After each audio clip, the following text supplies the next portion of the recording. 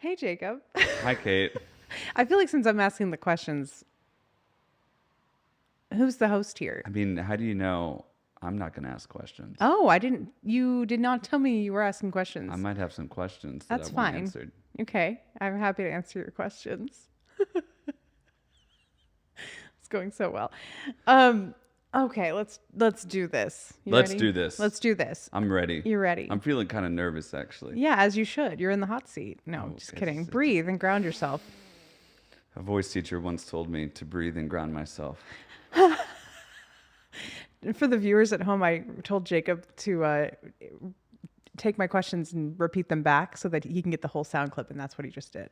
She told me to yes, okay. Sorry for cackling in the microphone. Okay, Jacob, tell me a little bit about your background and about how you got involved with music and what brought you to this moment. You want to know how I got involved with music? Yeah. This could be a long story. Yeah.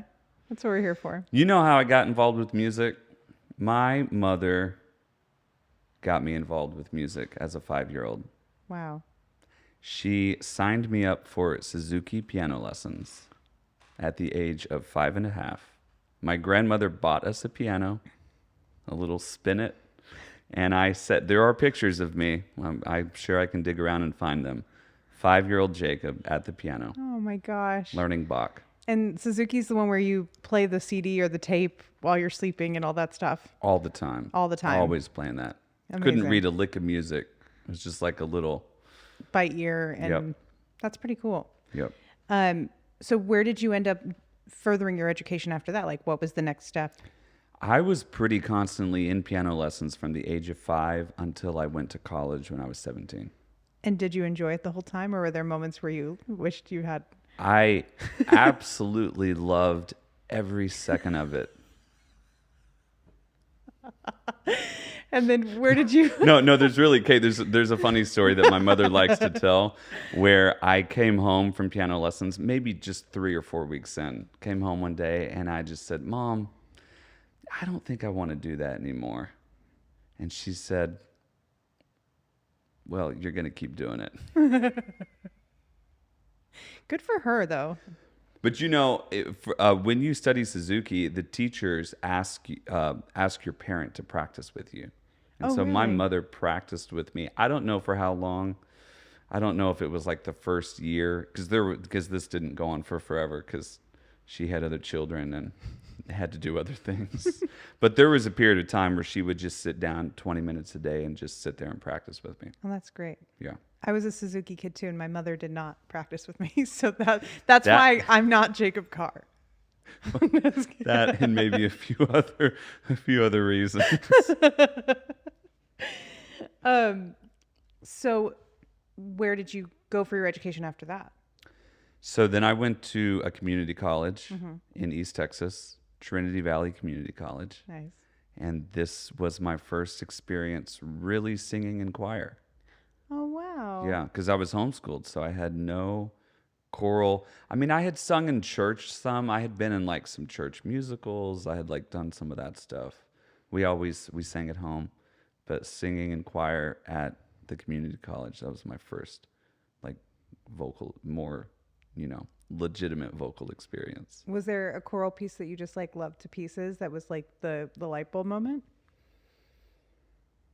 That's a really good question. I haven't thought about the rep that we sang back then in a really long time.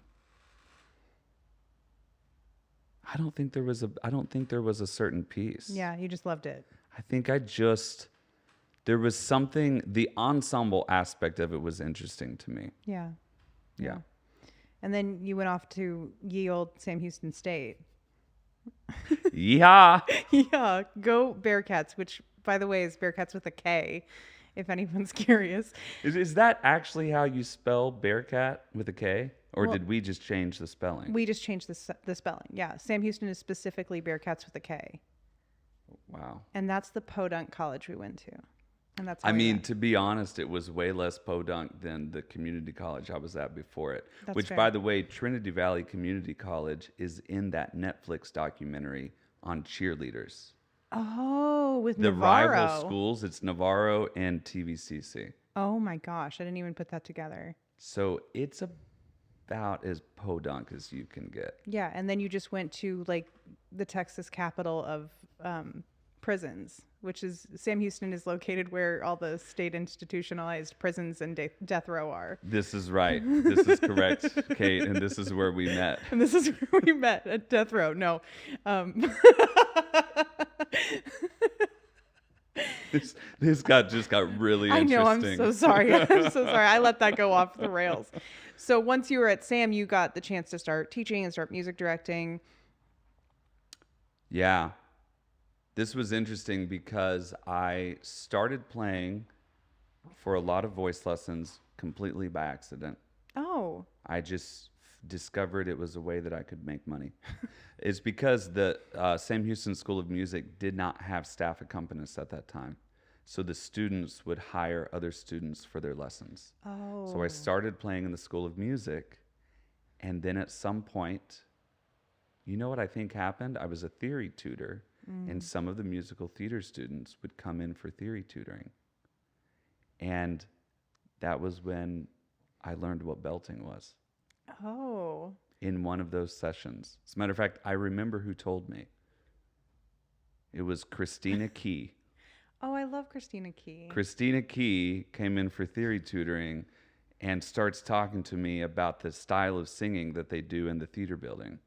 And she says this word belting. I've never heard this word. I've never heard this word belting. So you weren't a big musical theater person prior to this I'd one? never heard a musical. I'd never seen a show.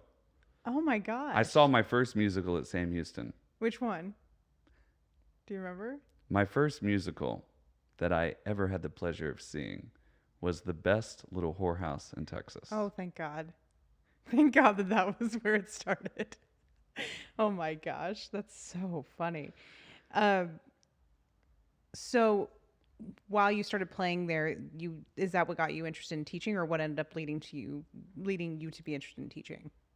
It really was, yeah. And it was seeing all the different voice teachers and how everybody worked so differently, and how the way that they were trying to coach, different styles was completely, they would do opposite things in lessons sometimes. And of course, it was, working with Laura, with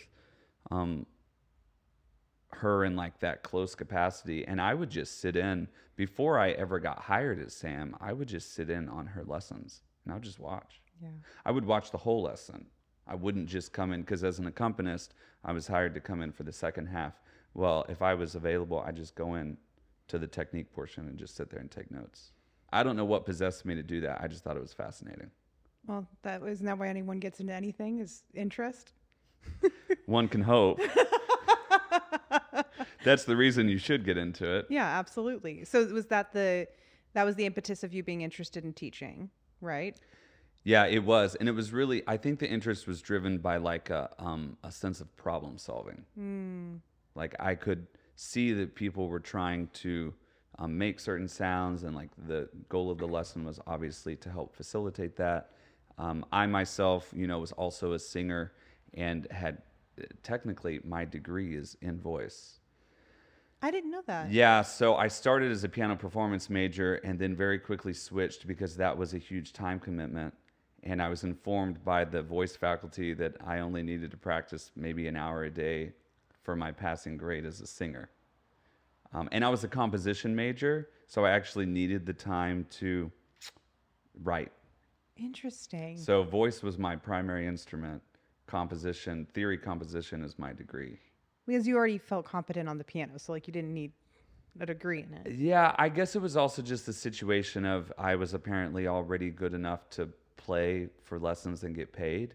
So my brain was just kind of like, well, let's study this other thing that I'm not good enough to get paid at yet. Yeah. And see if we can up our game there. So with that, were there teachers at Sam or other teachers that then became influences to you in your style of teaching? I mean, the beauty is that everybody you work with influences you, for better or for worse. Everything is what you take out of it. Yeah. So you can learn just as much from watching a mediocre teacher, a bad teacher, as you can from watching an excellent teacher. Of course, the thing that you can only learn from excellent teachers are the skills that you're trying to emulate. And in every teacher, it doesn't really matter how good they are. At some point, you see them sort of hit a roadblock. Yeah. And you also see the opposite. You see them just like take somebody and like just take off with them. And is that what kind of got you hooked and passionate about it? It was like the seeing people grow and I think so. I think it really comes back to the problem solving aspect of it. Because you could take one person and you could give them an exercise, and then you would just see, this transformation happen in front of you, and you'd give the same exercise to somebody else and nothing would happen. That's amazing. And then you're just asking yourself why? Like, why did it work this way? Why Yeah. did it happen this way? Yeah. So like everyone is such a unique situation, and that gets really exciting. And every teacher has their own, unique set of experiences that they bring. Yeah. What do you think makes you a specifically unique teacher? I think there's a thing that is like my secret weapon. I think this is my secret weapon, and it's going to make you laugh. I'm not very talented as a singer inherently, like with no training and with no work. Not to say that I have no skill, but I have a voice that is very, very hard to train, essentially. Like I had a lot of teachers not be successful with my voice. And at first I really thought every teacher that I ran into that wasn't able to get me to where I was trying to go, I just thought, well, they're not a great teacher. And then as I started to watch a lot of teaching, I just realized I had a particularly difficult instrument to train. I have a really big voice, and big voice is always difficult to train. I really think that the secret weapon for me is, since nothing came easy, I've had to get inside of everything. There's almost nothing that I watch with a student and I think to myself, oh, I was born knowing how to do that, so just do it this way, just copy me. I've never done the just copy me approach. Mostly because half the time I couldn't make the sound that I was trying to get them to make. Yeah. But now that I have more capability with my voice, and I find myself doing that sometimes, I can still break it down because I remember, oh, these are the steps that I had to take Yeah. to get to the place that you're trying to get to. That makes so much sense. I always tell people that are like, man, I wish I could sing like that. And I'm like, well, you could. Like, I think everyone has the capability to be able to sing. It's like the drive to want to try and to want to, figure it out what works for your voice. So that's a big superpower that you're like, I don't know you couldn't find out what worked for you. So you took all those tools so you could use them for others. That's a superpower for sure. It's definitely a specific journey. Yeah. But I'm right there with you. I think that, physically, we all have the same vocal apparatus. Anybody can learn to sing. Anybody can learn to sing well. I feel this way about most things, though. Yeah. Whether or not you're going to be an Olympic athlete, that's another story.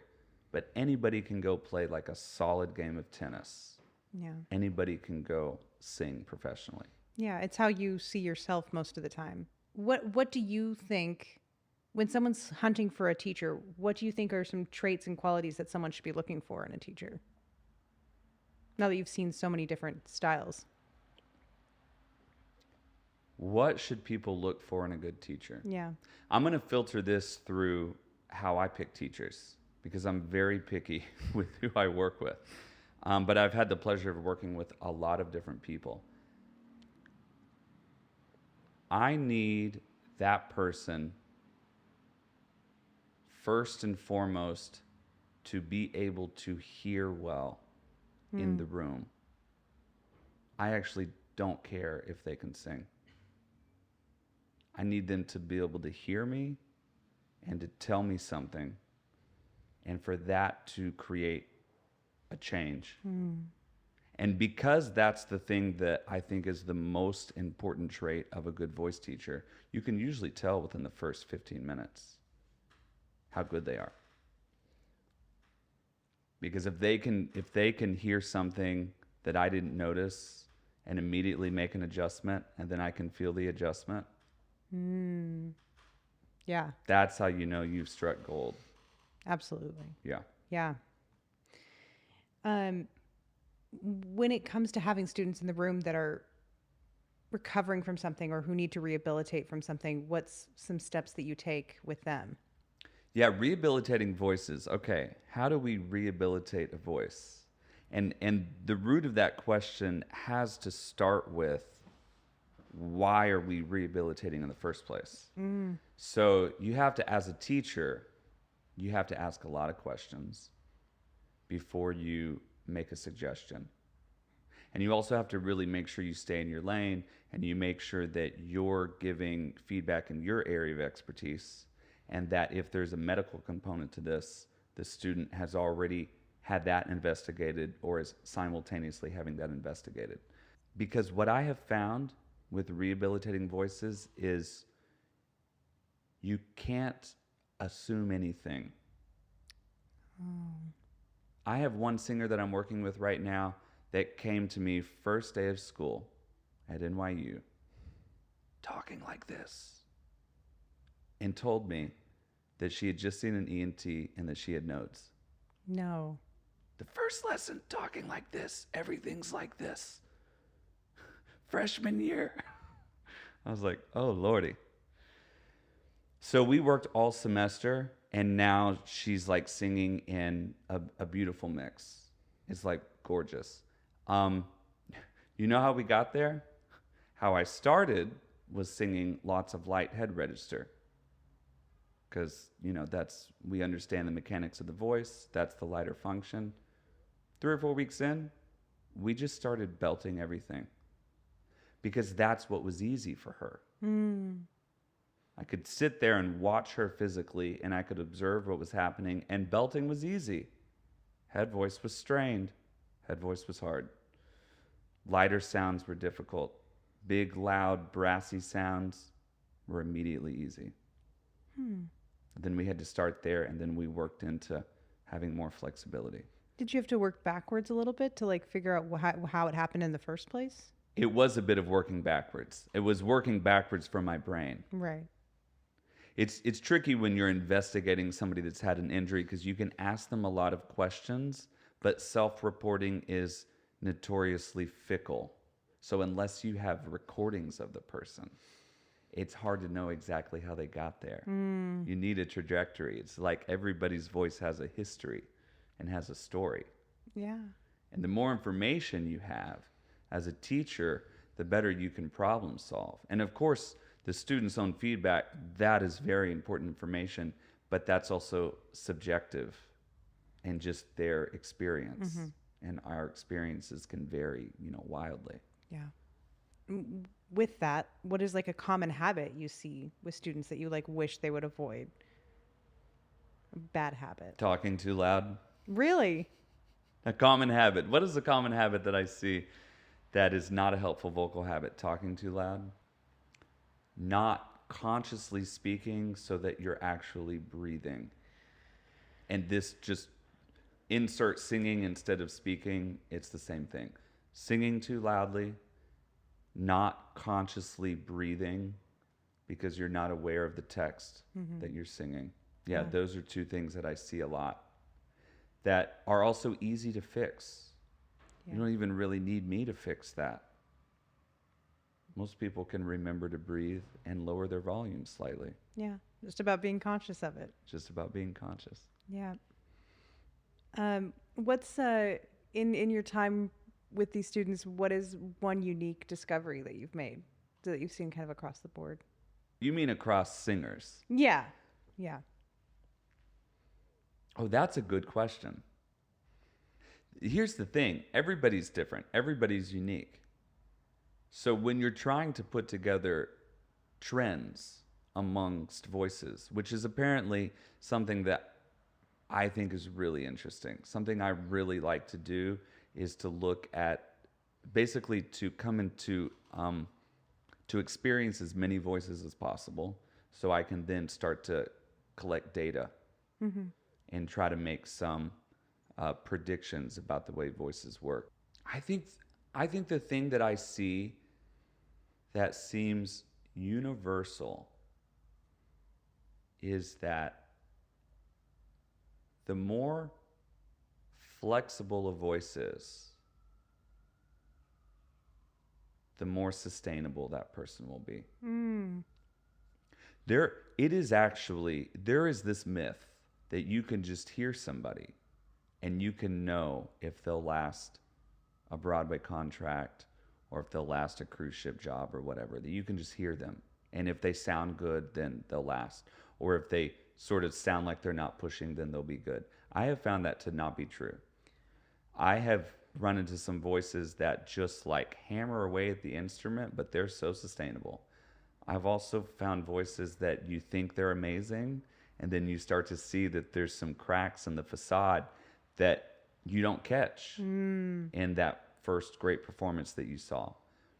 But the universal trait of voices that last is like sonic flexibility. Yes, speed can be important too, but really just the ability to make a lot of different sounds.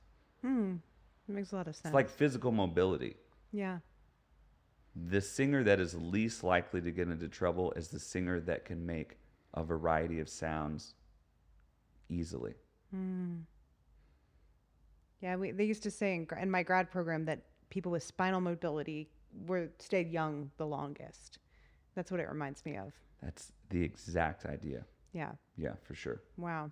That's so cool. When you see a student run into an obstacle or like get frustrated and get stuck, you as a teacher, what's your favorite way to handle that?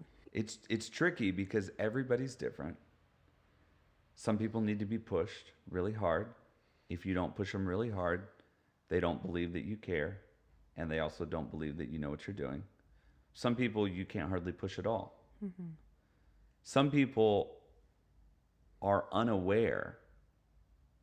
Some people are overly aware. The overly aware people are often very hard on themselves, and they just need permission to like do anything, make a sound, mess up. But when somebody's stuck, I think the way that you have to help them is you essentially, I think this idea, I think we're understanding in today's age, in the world of coaching, teaching, that ideas are kind of already in people's minds. Like, I can tell you something, and if it resonates with you, then you're going to sort of hook onto that thing. You have to find something that's already in that person's consciousness. Because really, they have to get themselves unstuck. And you kind of just have to be there to facilitate that journey. You maybe give them a little nudge in the right direction. Yeah, I think that's really what it's about. You have to try to just create the space and be the kind of objective feedback and be the constant voice in the room that helps them navigate through that. Yeah, that makes a lot of sense. I think about how therapists say people don't change, or people don't change until they're ready. And you can only facilitate the change. You can't do it for them. Yeah, so true. That's so beautiful. Like as a teacher that you see that, like you're like, I'm going to be there to guide, but they already have to know the thing that has to change. That's what I aspire to. Don't always succeed. Well, no, but yeah, that's really beautiful. That's really cool. What makes a potential student interesting to you? Like what makes you excited when someone walks into a room for a class? See, what makes a student interesting to me? I love people that just want to get into the weeds. Like this is the term that I use. You just want to get muddy. You just want to like jump in there. I love those kinds of people because that is the fastest way to learn. I would prefer somebody be medium talented, but high on the risk taking and adventure side of things than to be the most beautiful, gifted singer I've ever heard, but terrified to make any changes. Yeah. Get messy, make mistakes. Get messy, make mistakes. That's it. Yeah. Don't be afraid to fail because that's where we grow, right? That's the only way we grow. Yeah. Yeah. What is something you see students get stuck on? Like, is there something that you see that they kind of run into a roadblock with frequently? What do I see students get stuck on? What are the roadblocks? I mean, for me, working in a BFA program and coaching, I think basically every student I have is trying to do this professionally. The number one thing that people get stuck on is they're actually too hard on themselves. Which is an ironic thing to say because many people are actually they're unaware of what needs to improve. They're unaware of what may be stopping them from being as fully industry viable as they could be. Yeah. And so their instincts are right. They're in lessons because they realize they are lacking in some areas. But then the number one obstacle is they're all too difficult on themselves. Yeah. They don't give themselves credit where they deserve it. And they don't have the security and the self-confidence to fail where that can help them. Right. There's where was I reading this? It was in some neuroscience research where they were talking about in motor learning, they think that a 50% failure rate may be the fastest way to learn. Wow. Think about that. That means that when you're doing a vocal workout, like not just like I'm warming up for a gig, but when you're like with a teacher or on your own and you're really drilling, you should be missing 50% of those exercises if you really want to push your instrument. Wow. So you can't possibly do that if you're insecure to just, make a weird sound or crack. Yeah. Wow. I recently, as you know, graduated with my MFA in acting, and I just realized that like we forget sometimes why we did it in the first place, like why we perform and sing and act in the first place, and it was because we found joy in it and it was fun, and when we were having joy with it and having fun, we messed up all the time, like we were willing to play, and I think when we decide to start doing it professionally, we tend to start getting so hard on ourselves, and I mean, I know it's something I'm guilty of quite frequently is being so hard on myself because I want to do it right. And we give ourselves the grace. So many students say that to me. I ask them, well, what do you think about how that just sounded? And they just look at me with these faces and say, well, did I do it correctly? Am I doing it correctly? Yeah. I remember reading an interview, I think, with Meryl Streep, talking about going to Yale and about the beauty of being in an MFA program where you're performing all the time and you're not being reviewed. And you are just free to make stuff. Yeah. And we're all there all the time. You could have a Broadway show and you still have to walk into your rehearsal space with that approach. Yeah. Otherwise, you're going to get stuck. Yeah. And that's where it can get scary, but also it's where the magic happens. It's exactly where the magic happens is in those moments that you're willing to fail and willing to play and return to the reason why we were doing it. And which was, when we were in the backyard as kids telling stories and singing songs and making fools of ourselves because it was fun. Yeah. Sorry, I got sidetracked. Let's talk about some tips that you have for students just in general. What is the best time for someone to practice? The real answer to this is just practice. And so the answer is anytime. Right. Anytime you can practice, fit in the time. I had a pianist, jazz pianist that coached me some, and he talked about practicing for 10 and 15-minute chunks throughout the day. There's actually a ton of great research on this. He was like, you know, if you have a little break, just sit down and play for 10 or 15 minutes. If you're working in the kitchen on something and you're just waiting for something, you know, to be ready to cook or whatever, just sit down and practice. Oh, I love that. Yeah. What's a good way you suggest for students to practice in those 10, 15 minutes? I think the way that you distinguish practicing from just singing for fun, and not that practicing can't be fun, but I actually think it's important to distinguish the two, because singing just for the fun of it is important. And it's not as if, okay, now you're a professional, every moment you spend singing should be practicing. But we also see the opposite, which is people are singing through songs and they're like, okay, I finished practicing. I mean, trained as a Suzuki pianist, we spent half of our time just working on technical fundamentals. Mm-hmm.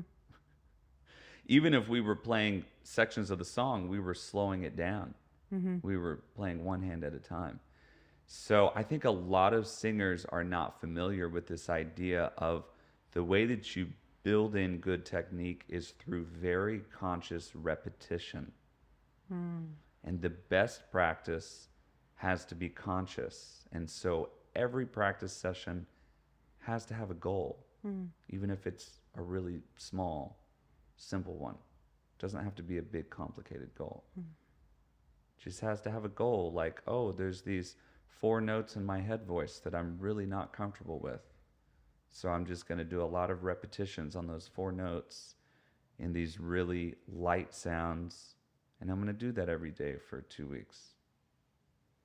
If you practice that way, you'll almost always see results.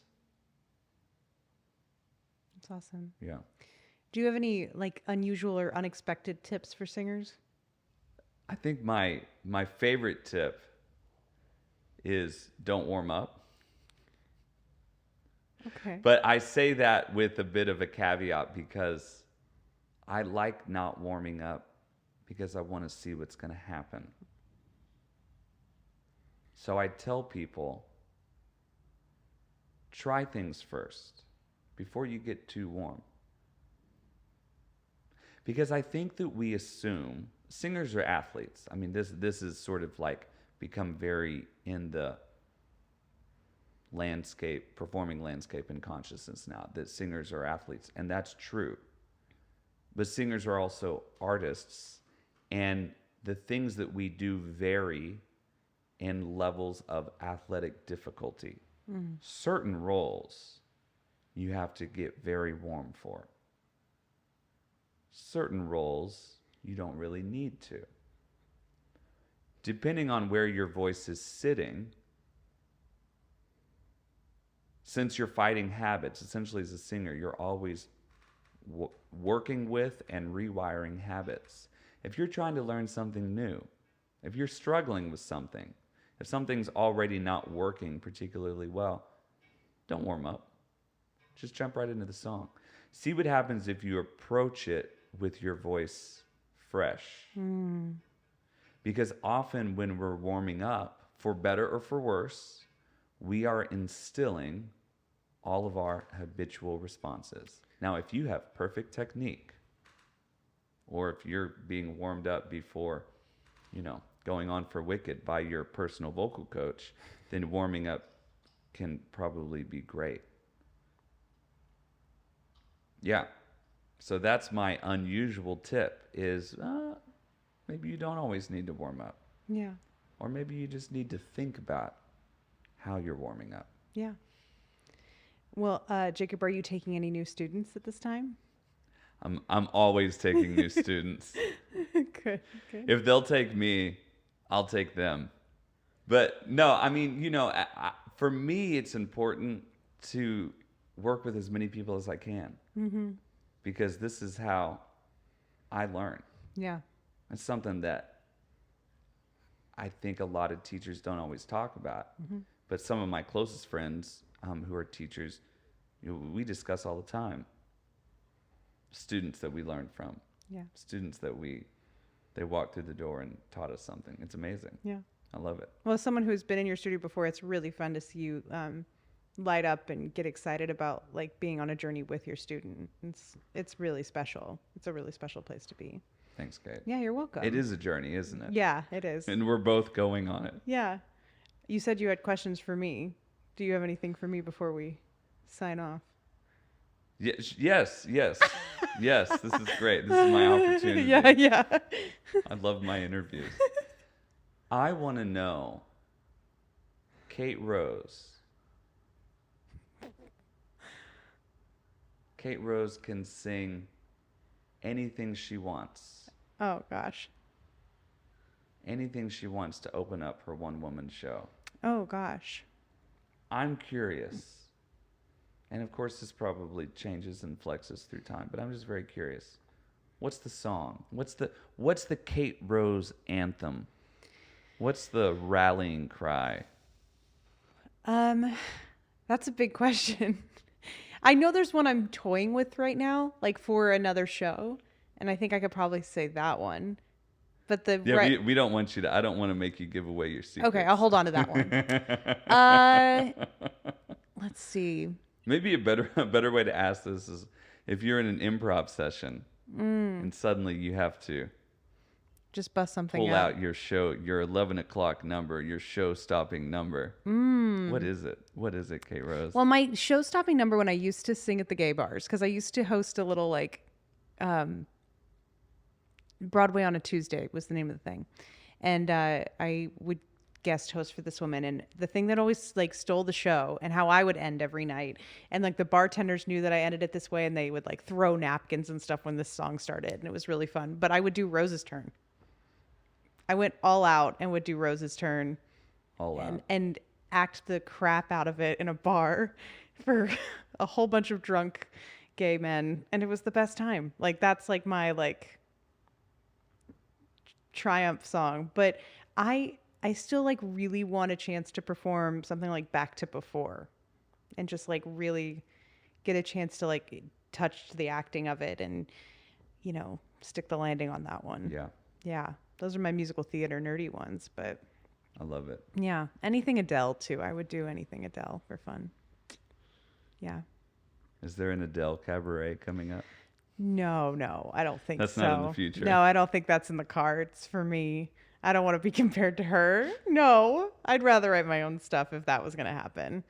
Yeah. Fair enough. I think there's a jazz cabaret coming up in the future. I have a collaborator who we've been wanting to take Sondheim pieces and make them jazz and do a whole Sondheim jazz cabaret, which would be really fun. My next show is called Nobody Knows What They're... No, that was my old show. My next show is called I Went to Therapy So You Don't Have to. I love that. Thanks. Think of how much money we could save by coming to your show. I know. Well, the point is that it's about codependency and like how I thought that if I went to therapy, I could save other people. So I see. Yeah. I see. It's a messed up thing. Wait, that's not how it works? No. Okay. Yeah. All right. But any questions as a student of yours or as like somebody in the acting world? What do you think is the main takeaway from working with me? What's the thing you walk out of the room with? You walk out of that room and you're like, ooh, this is how I identify this experience.